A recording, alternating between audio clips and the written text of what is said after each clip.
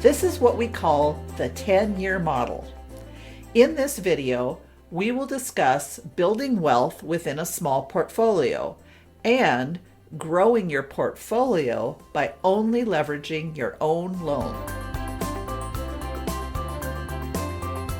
It's a very powerful method of allowing your money to work for you. Well, you just sit and watch it grow. So let's get started. Imagine that you have $200,000 and you want to invest it. You want your money to work for you. You have many options.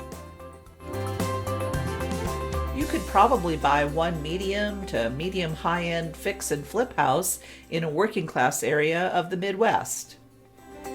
Or maybe you could buy a few rentals with that $200,000.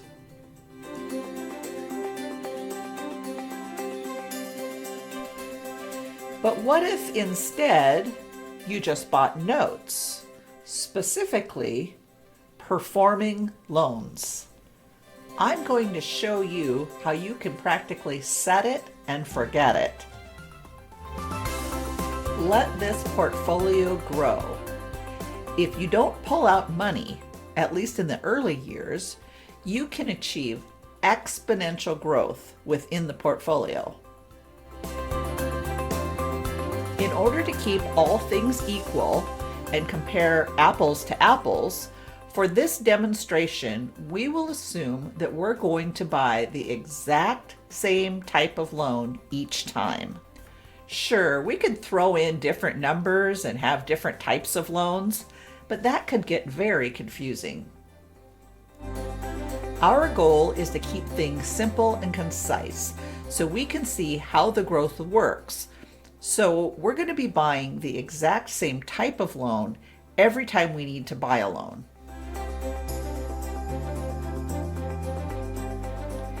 We're going to replicate this process multiple times. You may start to see a trend as this happens. And by the way, this can be totally passive. Imagine that we have a borrower who owes $45,000 on a house. The interest rate on their loan is just over 8%, and their monthly payment is $386. The term of this loan is for 20 years, or 240 months. Okay, so that's the loan that we'll be using in our demonstration. By the way, this is very typical of the types of deals we do. Again, all things being equal, we're going to only concentrate on buying this type of loan, and we'll keep the amount and terms on each loan the same. With that initial $200,000 investment, we are able to purchase 5 of these loans. However, we're going to pay just $40,000 per loan because we're buying it at a discount. Note that normally every loan and every discount is different. But again, for our illustration, we want to make the math model easy to follow, and so we're using very round and consistent numbers. We're also going to replicate this process a few times. We have our model loans that we bought with our $200,000 investment. We were able to buy 5 loans at $40,000 each because we bought them at a discount. This gives us a discounted unpaid principal balance, or UPB, of $5,000 for each loan. We start receiving monthly cash flow right away because we're buying performing loans. Our goal is to grow and buy more. This model works great in a self-directed retirement account, and also where people are looking to simply grow their wealth with cash flow. If you've ever seen an amortization schedule, and particularly if you've studied and really understand amortization schedules, you probably wish that you were the bank on every deal.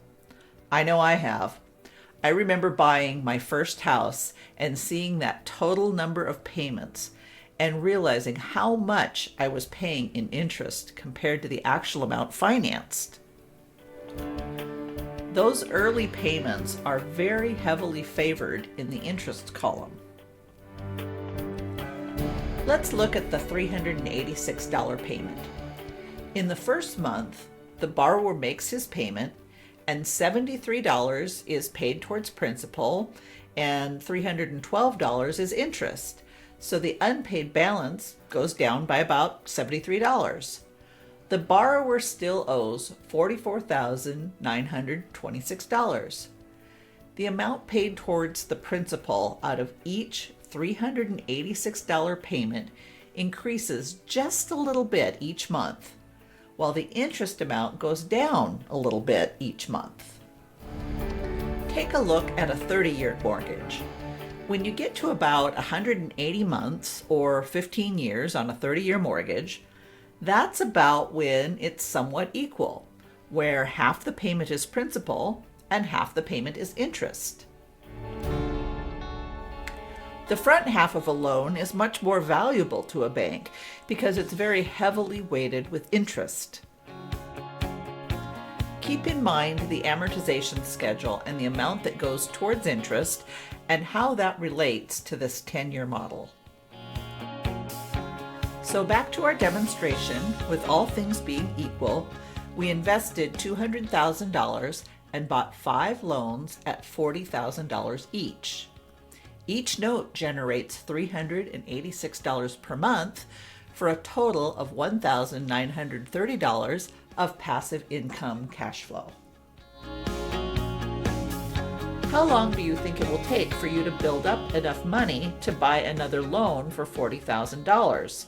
Remember, that's discounted from $45,000. It will take 21 months to have $40,531.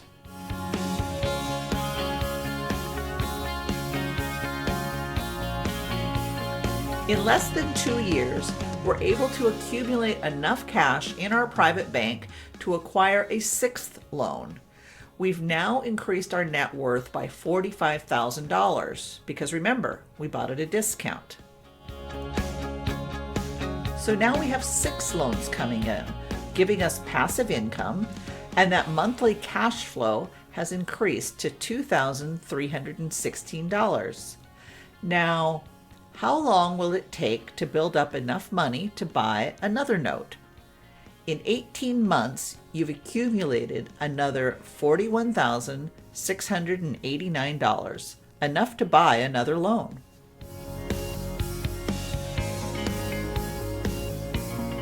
Now we buy our 7th loan, and our monthly cash flow becomes $2,702. Only about 3.5 years into this, and we now have 7 loan payments coming in when we started out with 5. The next one is only going to take about 16 months to accumulate $40,531, and we can now buy our 8th loan.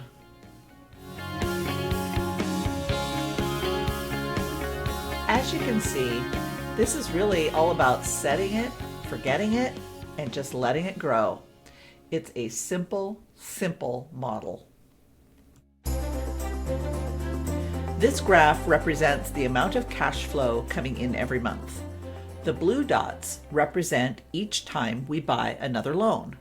As time goes by, you can see those dots get closer together. You can imagine as we continue along, it's going to grow even faster. So you start out receiving $1,900 a month, and then by the 10-year mark, you have $5,400 of monthly cash flow. This graph represents the unpaid balance, or UPB, of our loans that we bought. Now, it looks a little weird, like a stair step. It goes up, and then it slowly descends, then stair steps up and descends again.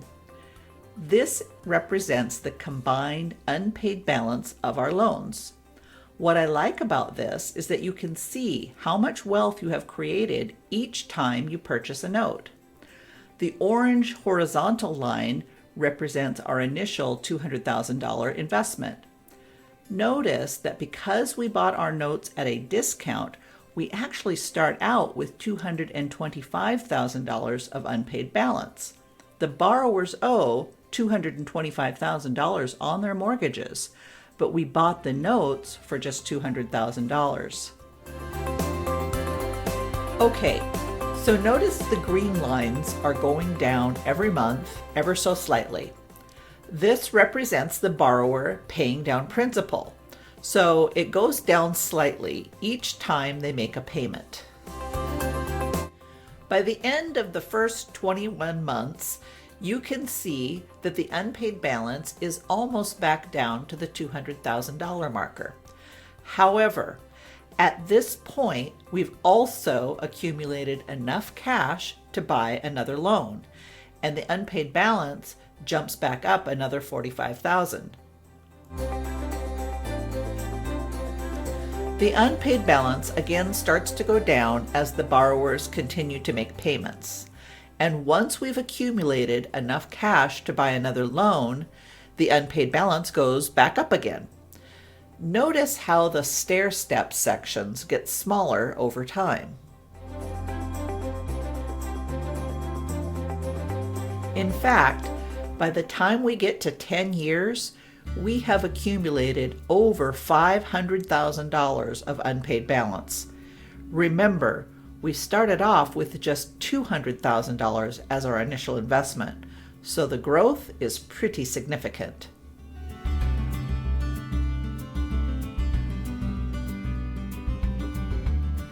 Even if we bought the note for just $1, the borrower still owes the full amount of the note, what they promised to pay, which is spelled out within the terms of the note. Now let's look at the cumulative cash graph. This is the cash that is in the bank. Imagine if you had a bank account getting all of this cash flow coming in from the loans you have purchased. Each of those $386 payments are deposited into your account. Once you reach the $40,000, you purchase another loan. When you purchase a loan, the cumulative cash goes back down. And just as we saw in the unpaid balance chart, the amount of time it takes to get back to $40,000 cumulative cash is shortened, allowing you to buy yet another loan. This is how you can massively grow your retirement accounts and grow the gains in a tax-preferred environment. So perhaps now you see another reason why we love notes. Without tenants and toilets, and without lifting a hammer, we have more than doubled our net worth in just 10 years' time by buying performing notes and letting the magic of compound interest do its thing.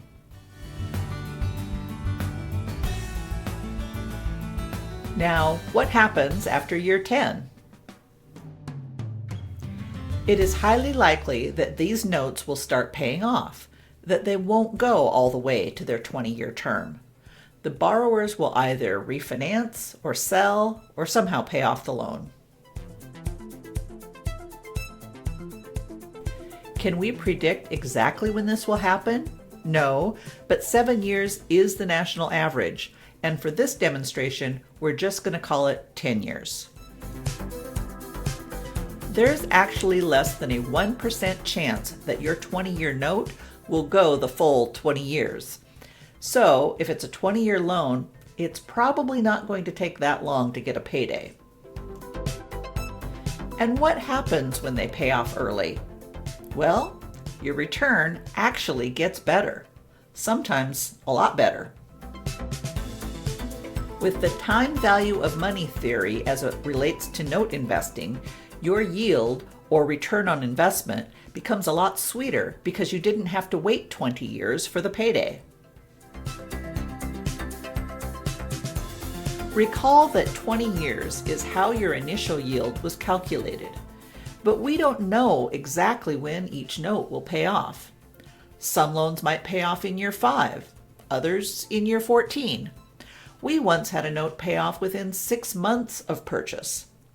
The national average payoff is in year 7, and in this demonstration, to keep things simple, we used year 10.